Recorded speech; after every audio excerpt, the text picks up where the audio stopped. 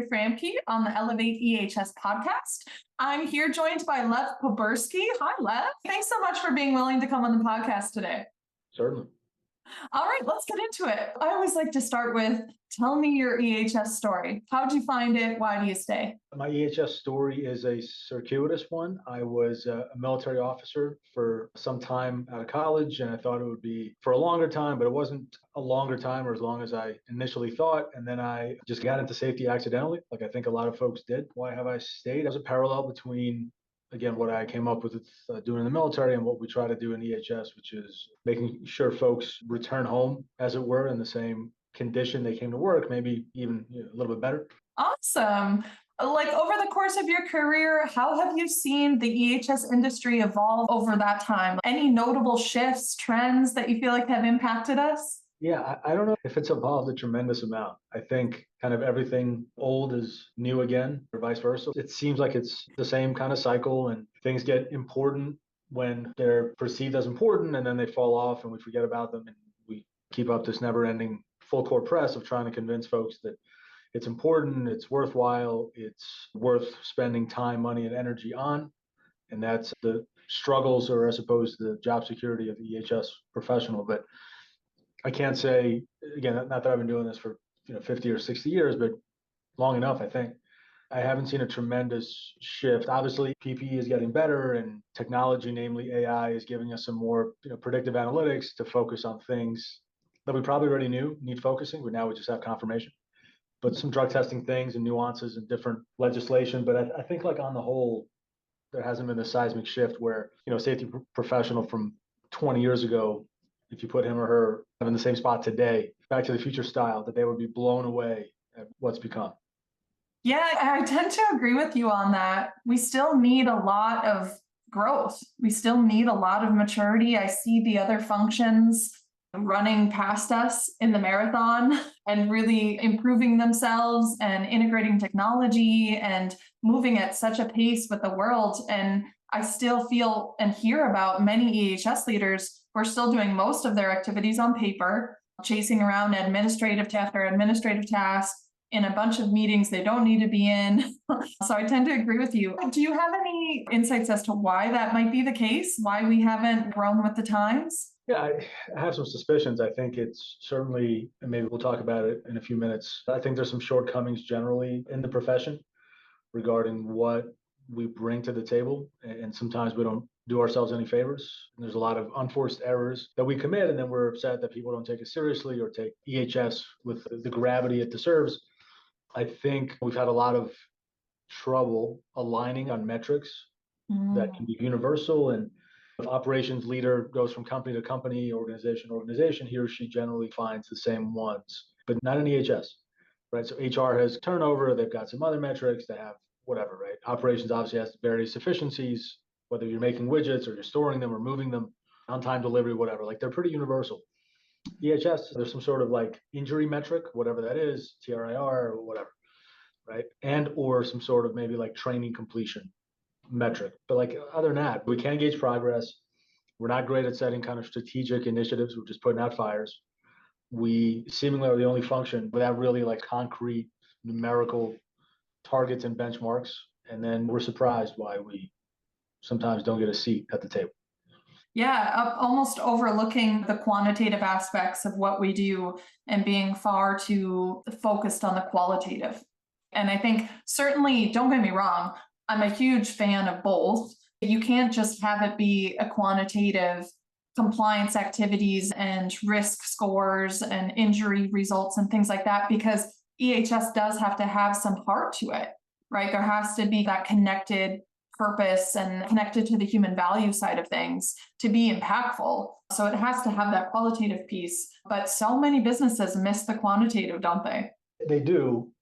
And I agree 100%, right? There's some science, but I don't think we're great at either, really. Like on the science piece, I think, again, there's a lot of technically competent, super knowledgeable, OSHA, RED, kind of NFPA expert safety professionals, and that's great. We need that. But by the same token, there's a lot of gaps that exist with soft skills, with business intuition, with understanding what supporting means. that we are the supporters of the business. We're not the business, right? We're not in business for EHS's sake alone. Mhm. So I think like all that mashed together sometimes really presents a challenge for especially younger EHS folks, and then leads to dissatisfaction, sidelining of them by their operations partners. Yeah, I don't know if you've experienced this, Lev, but this always makes me chuckle. I feel like when I come into a new business, I almost always have to educate the leadership team on what EHS does. Here's what we own, here's what we don't own, here's our responsibilities, core responsibilities in the business, right? And so often they have no idea. Sure, they can throw around the term OSHA or the EPA, they understand the regulatory piece, but further than that, there's a huge amount of misunderstanding inside business about where EHS fits in and how it's supposed to be set up. Yeah, I would agree. And I think that's an opportunity often missed by EHS folks in terms of grabbing the reins and saying, I'm not asking you, I'm telling you, this is what we own. For you, this is the service we're going to provide, right? We'll do obviously regulatory things and OSHA log things, but hey, we're also going to do emergency response and action planning. We're also going to do mass notification. We'll partner with HR to do mass notification. We'll do thorough root cause analysis to prevent reoccurrence, right? We're not just going to tell you that Bob fell, we're going to prevent Bob from falling, and also Tim and Susie from falling. So it's a good opportunity, especially in those vacuum situations, if a leader is so inclined to jump in and make it your own and build your own story. Yeah, exactly. What do you have for your long-term strategy? And let's share with our listeners some best practices. I can speak to some things that I've done, right? And I'd love for you to as well. When I come in and I can see there's a gap, there's a big gap between where I think the business is and where the business thinks we are with EHS. Sometimes they think we're really good and we're not. Sometimes they think we're really bad and we're not as actually bad off as they'd like to believe, right? Based on my analysis. How I've dealt with that is to do like a thorough kind of retraining to come to the table, whether that's a management review or we're going to spend an hour just talk about EHS. I take pictures, right? I back up some of my kind of feelings around our current state of risk and compliance and implementation. I bring out some key examples, right? Of why do I have this perception? Let me walk you through my thought process on why I feel this way, why I would have graded us this way. I use things like green, yellow, red on the different topics, and then I back up what I'm saying, right? And I give them kind of an overall kind of state of EHS, right? And how I came to those assertions. But what's important, I think, is to end with, here's what I'd like to do about that.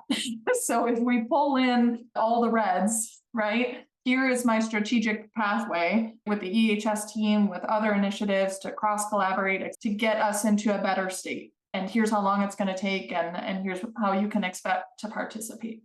So that's something I've done in my past. What's an example of something you've done?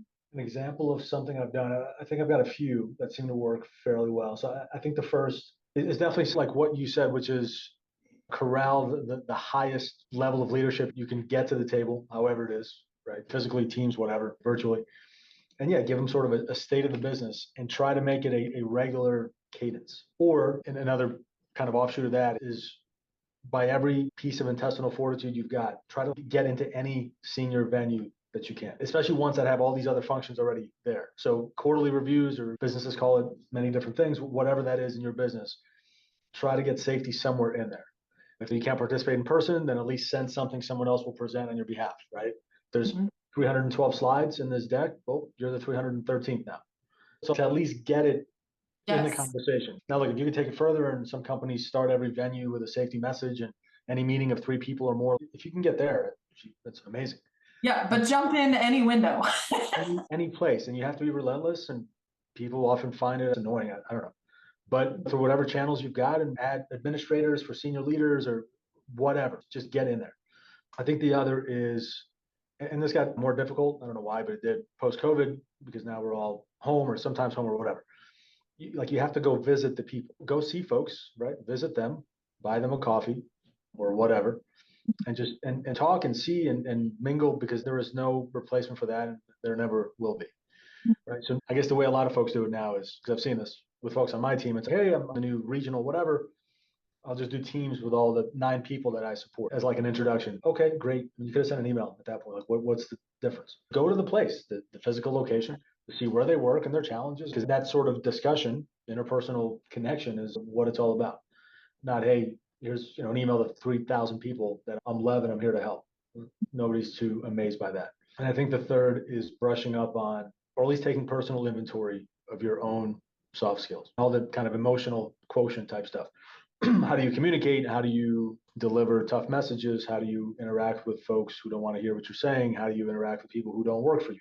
Because really nobody outside the team works for you. So the sort of lateral dotted line leadership, the support type stuff, and just the business basics, the blocking and tackling of punctuality, the written word, the way you speak, and the way that you position the team as competent, professional, and above reproach.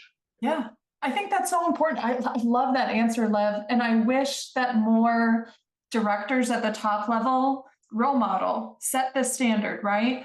There should be, I think every single EHS department should have a list of soft skill competencies that they feel are the top 10, right? I will never forget, I saw this for the first time. It was like my third year in EHS, and I was working for Michael Foods, and Post Holdings, who owned them, came in and they had this like top 10 soft skills of EHS leaders, and action oriented, influencing, right? All those things that you've just mentioned. And whether I agreed with it or not, right, on what the 10 were, at least they chose 10. At least there was something to go chase, right? And something, so they had every EHS leader like score themselves, rate themselves on the top 10 and go through this activity. And then they gave resources to set with your manager to start to improve in those 10 that they wanted to see for the EHS department and their business. I thought that was so great. Yeah, I totally agree. But I think because it's harder and it's squishy and it's not, it's easier to say, hey, take another OSHA 30 or take do your 510, 511. That's okay, got it. 4 days done. I'm that much smarter. And now I'm Now. the best safety leader ever. But as a leader, to tell someone that like you don't spell well, which in this day and age is beyond insanity, because there's like AI, Grammarly, like for you to do that now, it's not a question of intelligence, and no one's making certainly people feel, I don't know, dejected, but it's just laziness, and you're either rushing or you just don't care. I don't know which is worse, especially with younger folks, millennials, I don't know, Gen Z folks. Interpersonal conflict is not, nobody does it well, but they do it especially poorly, and they just don't like it. And it's much easier just to say, hey, I'm sure it's a fluke that this person, this EHS professional of 15, 20 years doesn't know the difference between, I don't know, you're possessive and you are, right? I'm just going to let it go. And then an email gets sent out, and now people are like, I guess person can't spell it. How do I know that they know the life safety code or whatever? I don't know. Yeah. It seems minor, but I think, again, it builds, especially in people you don't interact with daily, only in these little snippets, it builds your brand. Yeah. As someone who is either solution oriented, adaptable, reliable, committed, and understanding where you fit in the scheme, as opposed to someone who is unreliable, flaky, doesn't really show up, doesn't support well, only brings me problems, not solutions. Like that gets cemented, and that's your legacy. I agree. Yeah, I think it's part of maybe a bigger kind of thought project or something worth thinking about, where if you talk to peers, maybe outside of EHS, keep using the other support functions, like they see themselves, especially as they get more tenured, as just leaders, or more like just general, like enablers of success, or whatever kind of leadership cliche you want to use. I think for a lot of EHS folks, and maybe because I didn't go to school for EHS, again, didn't come up thinking I would be here, although I'm glad I am. Like a lot of EHS folks just see themselves as EHS folks, you know what I mean? And I get it, there's very specialized people doing amazing things, and they're the only person who knows all of Appendix Z and every PEL, and that, again, like that's needed, and although you can look it up, but we need that, I got it, I understand.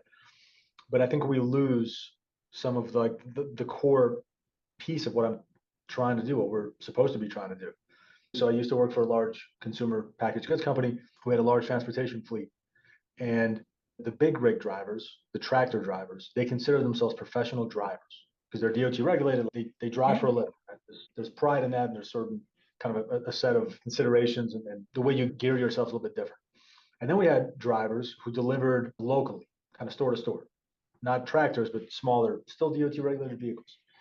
And we could not, for the life of us, convince them to change their perception because they thought they were salespeople, because they sell this product into stores, whatever it is. And we said, no, you got to think of yourself as a driver first, because you're driving this 12, 15, 18,000 pound vehicle. So like it's how you see yourself is how you're going to move through the world and position yourself. Although there's value in both, I would take the generalist approach and say, yes, I'm extremely knowledgeable in this. And I went to amazing arc flash training and I was the EPA Scholar of the Year, whatever. But I would supplement that with, hey, I still need to do really good kind of business things, soft skill things, EQ things, because that's what the people I'm supporting will understand and value. And that'll help you move the needle. I agree, because then when you embody that role, that's what the business then sees you as well, not just an EHS tack on, right? And what happens if there's no incidents? What happens if there's really very little risk? Do you need to be there? Are you impactful if you're not changing the business in some way and making it better? But to position yourself as a leader who oversees the EHS function, but on top of that, collaborates on projects and influences culture and helps to maximize profit by identifying issues. It's been so extremely powerful in my career to show the operational value of EHS, right? So to say, this is more than just the things that go wrong and fix them. We can find, hey, this is a guarding issue, but also there's a jam issue. We found out about the guarding issue, but the root cause analysis showed us this jams like 40 times a shift. This is a production problem. Let me help you. I'll be on the team to work through a Kaizen event to fix the jam issue on the machine and make sure that we get also a better machine guard that's not so heavy so we don't have shoulder strains anymore, right? What's good for everyone, what's good for the business is also good for EHS. Yeah, absolutely. But like in that example, for someone to approach you beyond just like the bare necessity of having to deal with you, right? It's okay, lockout violation, got it, we'll fix it. Please go away. For them to engage you, you've got to be all the stuff we talked about, helpful, cordial, agreeable, not a rollover necessarily, but someone that someone wants to interact with when they don't have to. Yes. That's where those soft skills come in. Yep, correct. Yep. But if you're, and again, I'm sure we've been up and down this sort of, everyone has this safety cop approach. Maybe some people like it, some don't, whatever. That's not, I think, the discussion today as to how you position your safety program. But if, again, the perception is that these people come, they do some inspections, they do some audits, they do some investigations, they blame everyone publicly and embarrass folks. It's praising in public, but disciplining in private. They do it the other way. And then they just roll out and we never see them again for 6 months. If that was the support I received, I would not seek you out. And I think especially on LinkedIn, but folks that I followed in terms of their careers or stay connected, people who I thought were really doing good things. I never had a mentor, but folks whose careers I was impressed by. The stuff that they at least publicly post isn't, hey, I found, to your point, another lockout point that nobody found, right? They're like in the business at large, right? Like impacting the whole trajectory of, I don't know, public, private, multinational, like pretty large organization for the better, meaning someone involved them voluntarily, right? Because they're safety. They're not the main, again, focus of the business. Someone brought them in because of all these things that they did correctly and all these iterations of moments that were good, we'll just say. Sometimes I think miss the forest for the trees, and it's unfortunate. Agreed. And I think we need to be more willing to look in the mirror when we feel like we're being left out of the business. And as you said, it can be very difficult to recover once you've been put on an island or you put yourself on an island, whichever has occurred, but you're never going to be successful out on an island. So you've got to put a line in the sand, go to a top leader and say, this is how I feel. This is where I'm at. Here's what I'm experiencing. We're not going to be successful this way. We've got to figure out how to recover this and get back on track and be partners. What can I do? What can you do? Let's figure it out. But you got to take some ownership because it's never blameless on either side. Certainly. And there was, again, I'm not going to do a ton of kind of military stuff because there's a lot of correlations, but a lot of it does not correlate and it's a little bit different. But in the Marine Corps, there was leadership kind of principles and there was a bunch of them. And one of them was know yourself and seek self-improvement. And I think it starts there. And a lot of us, just human nature wise, we're not good at it, right? Because we see things from our perspective and we are always correct. Everyone else is always incorrect. I know for a fact, right? I grew up in New York and I know I talk too fast. I've been told this many times. I know it myself when I listen to like recordings or videos.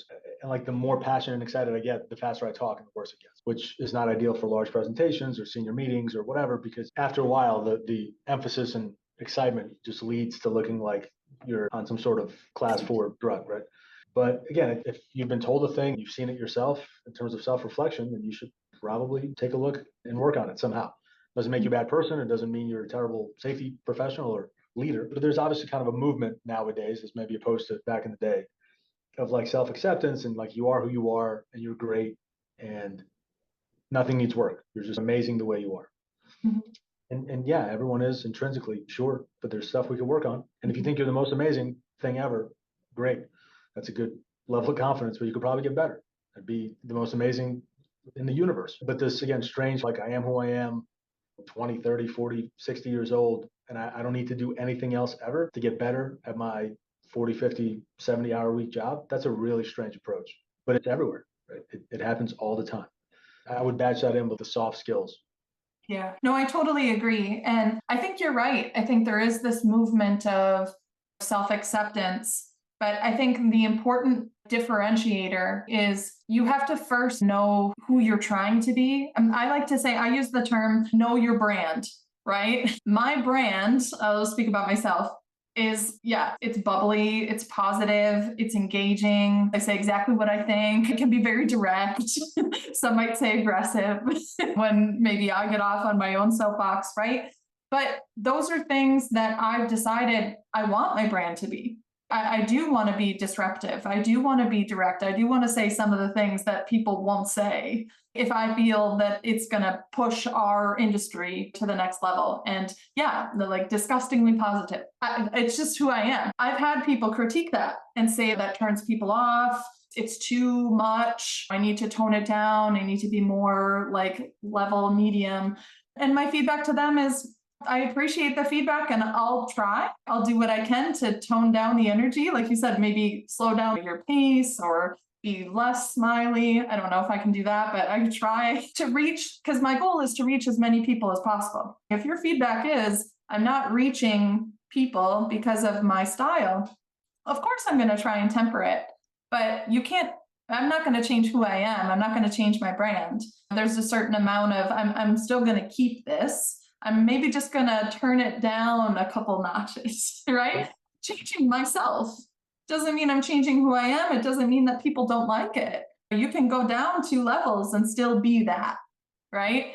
And that's what I try and share with my teams. When you get feedback, you should always receive it. And you should always see it as someone's trying to make you better, not take it negatively or not take it as they're trying to change yourself or your style. They're just trying to help you be more successful. So you should receive it in kind and do your best.